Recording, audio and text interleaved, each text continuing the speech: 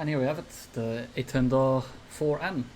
I actually look forward to flying this thing, except upon flying it I quickly discovered that it's not like I expected it to be.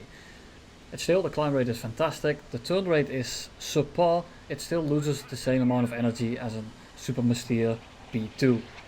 And you might think, that's quite a lot of energy bleed. I don't see it bleed that much on the top left, and you're correct. But you have to take into account that this thing doesn't turn as well. So relatively it bleeds about the same, but you bleed a lot less because you can't turn as hard. Next to that, the acceleration at top ends, so above 1050, 1020, above the 1000 area, it starts to hit a massive brick wall. And it's kind of a problem, because you can outrun people, but you have to dodge shots, especially when you face people like in a 40 over here. You won't be much of a problem. But stuff like CL13Bs, MiG-17s, yes, they are quite annoying as well. They can stick on you forever, and when you have to dodge their shells, you will bleed some speed. Your acceleration isn't the best at the speed you're supposed to be flying at, so in the end they might actually catch you. So you don't want to go defensive in this thing. I did reverse a few people in the intro, but you really have to keep in mind that those aren't the kills I'm going to get every day. I reversed about 4 people in this thing, and other than that I have to be very passive in a certain degree. I want to be aggressive in this thing, but because of the turn rate, because of the energy bleed, and the fact that it is not that fast in a conventional means, it makes it very hard to fly and very unforgiving in that regard as well. It is completely flyable as long as your team is alive, but if you're flying this thing alone, if you're flying this thing with a shit team, and my win rate with this thing is pretty poor because I can't carry in this thing. And I do have to admit, I'm not really feeling this plane, and the bottom mounted guns are really throwing me off. So it's also a me problem. It's not completely the plane's fault. So keep that in mind. If what you're seeing right here is what you like, feel free. It's not bad. It's just very unforgiving, and it's a really a niche plane. It's not a plane that you will just take out and can throw into a certain scenario and that it will do well. That's not gonna happen. And here you see the massive pool difference between the MiG-17 and the Étendard, and it's just completely, it's not even a contest, especially considering most MiG-17s and 15s as well will run min fuel, so it's almost impossible to fight them in a normal conventional way.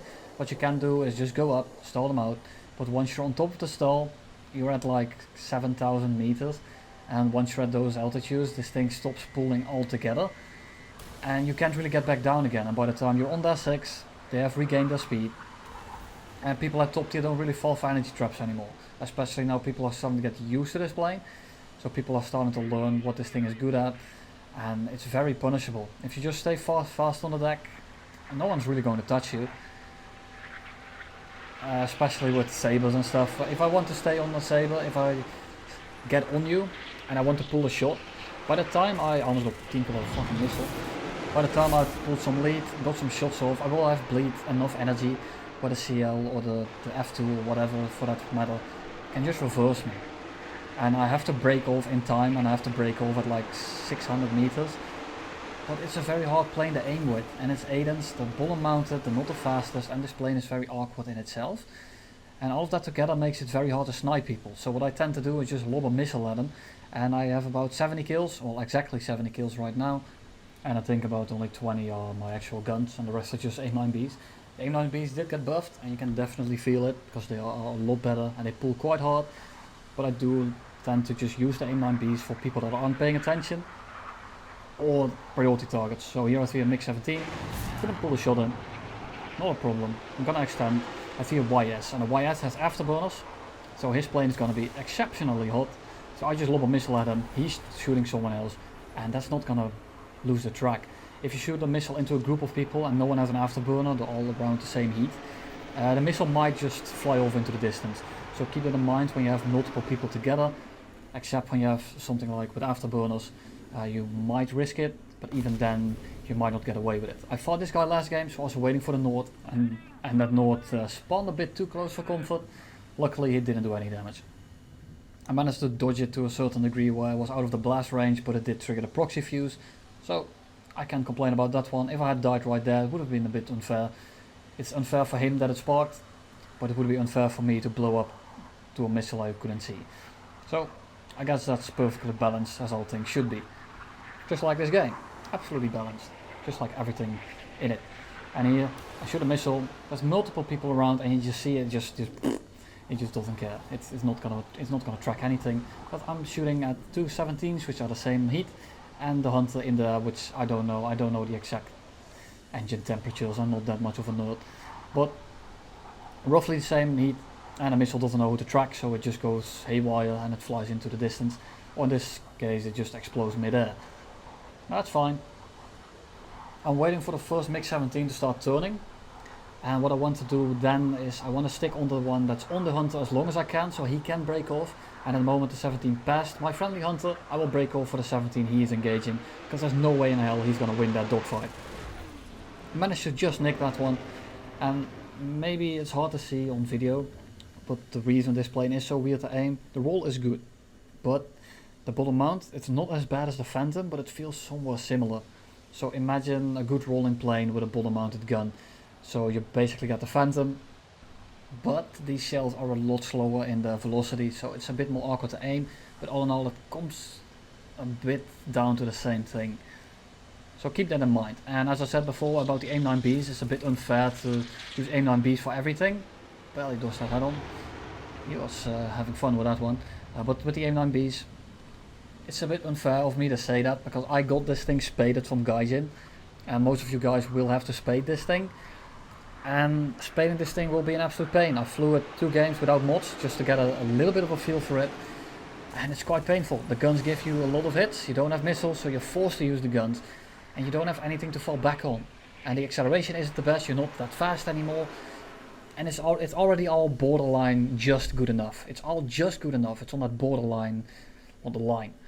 When you're stock, it's all not good enough, and it becomes very frustrating. You can't out-turn anyone and everything outruns you. You know that feeling? It's painful, especially when you have to fight these hordes of CLs and these hordes of MiG-15s. They're quite hard to fight, even when you're spaded, let alone when you're stock. And not even to start speaking about F100s and G91Ys. They're almost impossible to fight in this thing. And don't get me started on getting full up tiers. Oh man, I fought some Hunter F6s. You're not gonna do anything. I fought some SMTs, MiG-21 MFs. I'm not gonna do anything, and it's stuff like that. Such an easy shot, and I just can't hit it. I can't. The plane is really awkward, and again, that's a me problem. But it's really frustrating to miss all these easy shots. Of course, I can pull back in because it's a Mystere, and the Mystere will just fall out of the air after 3 turns. So it's not a problem, but it's so frustrating to miss all these shots. They're such easy kills, and I just can't connect the guns. And hitting guns is more important to me than hitting the missiles and getting the kills. I just want to fly through people and hit people, and just like that again, I only hit 1 shell. He's going like 200, he next into the ground. I get the kill for it, but it doesn't feel satisfying. It doesn't feel satisfying for me to spray and hope to get a kill with it.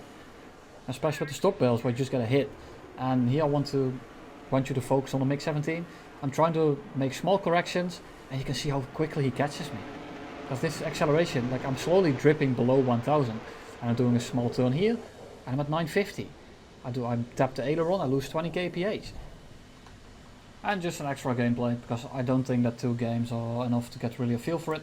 Because a lot of you guys will have to grind the whole tech tree. Because I know that not a lot of you have French, they're not the best planes, and for some reason about the Vautours, like who came up with that?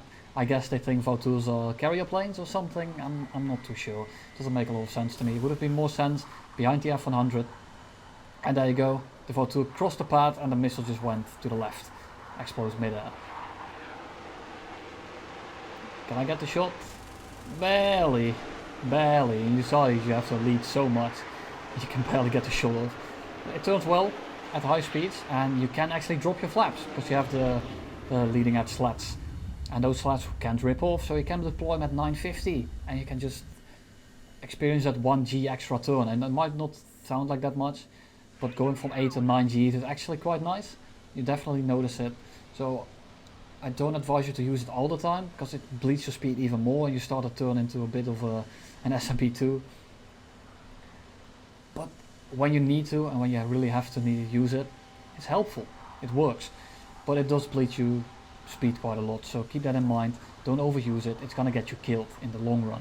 But of course, when it's 1v1, go for it. It definitely helps. It helps with the turn rate, it helps with the stall. And the landing flaps, they only come down as you said. With landing flaps, he rips right in front of me. I probably wouldn't have hit him anyway, so I don't really mind. Just a guy less I have to kill. Misty dies, J29 on the right, I'm not going to go for him, he's way too far away. I see the A5 is quite slow, he probably wants to RTB. And this thing flies a lot like a vulture. Or a Vautour, so I guess it makes sense that's behind it in the tech tree. And I guess that is nice, it's not behind the F100. Because you have to grind the barrel gun, the F84, the F100, because you went for the Vautours, which a lot of you guys did. You have to grind a lot, and right now it's not behind that many planes. So in a way, it's nice, but it doesn't really make any sense.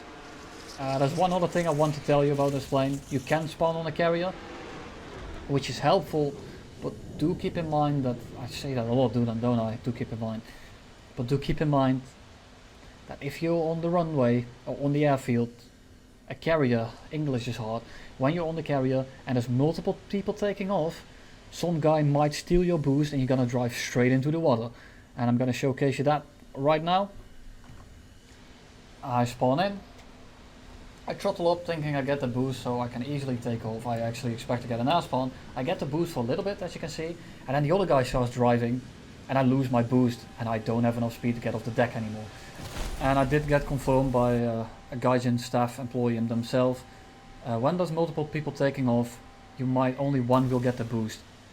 Only one. So if you're spawning on the carrier and there's multiple Étendards on there, keep that in mind. Take off one by one, give you sort of some room.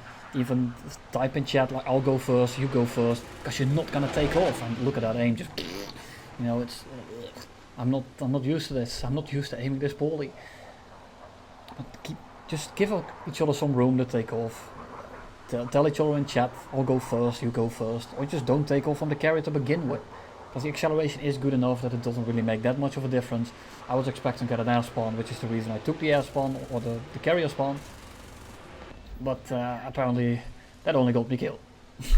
And this map, again, the game after that, after I suffered my 10 minutes of crew lock, I just took off from the runway like a normal person without trying to be special. And that's basically it. If you like this plane, go and fly it. It's not bad, it's just a bit unforgiving and it's a bit of a niche plane, as I said before. And I missed that as well. Woo.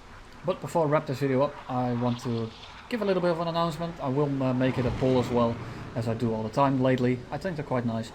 I want to make a little bit of a beginner guide, or just a guide in general. Might be multiple episodes, might be maybe one long video, I don't know yet, we'll see. But I kind of want to know what people struggle the most with. So if it's target prioritization, if it's aiming to a certain degree, I can give you some tips. I can give you magical words that will make you aim better. But there's always little things that I can talk about, try to help you out, things that go through my mind. Very specific things, I might not even use gameplay, I will just keep it completely theoretical. But this game is very, very dynamic and it's very hard to get very specific scenarios. But I can tell you how to deal with them. So let me know in the comments what you struggle with the most, what you want to see, what you want me to cover. And that's basically it. That's all of the video. I'm gonna be wishing you all a Merry Christmas, and I'll see you in the next one.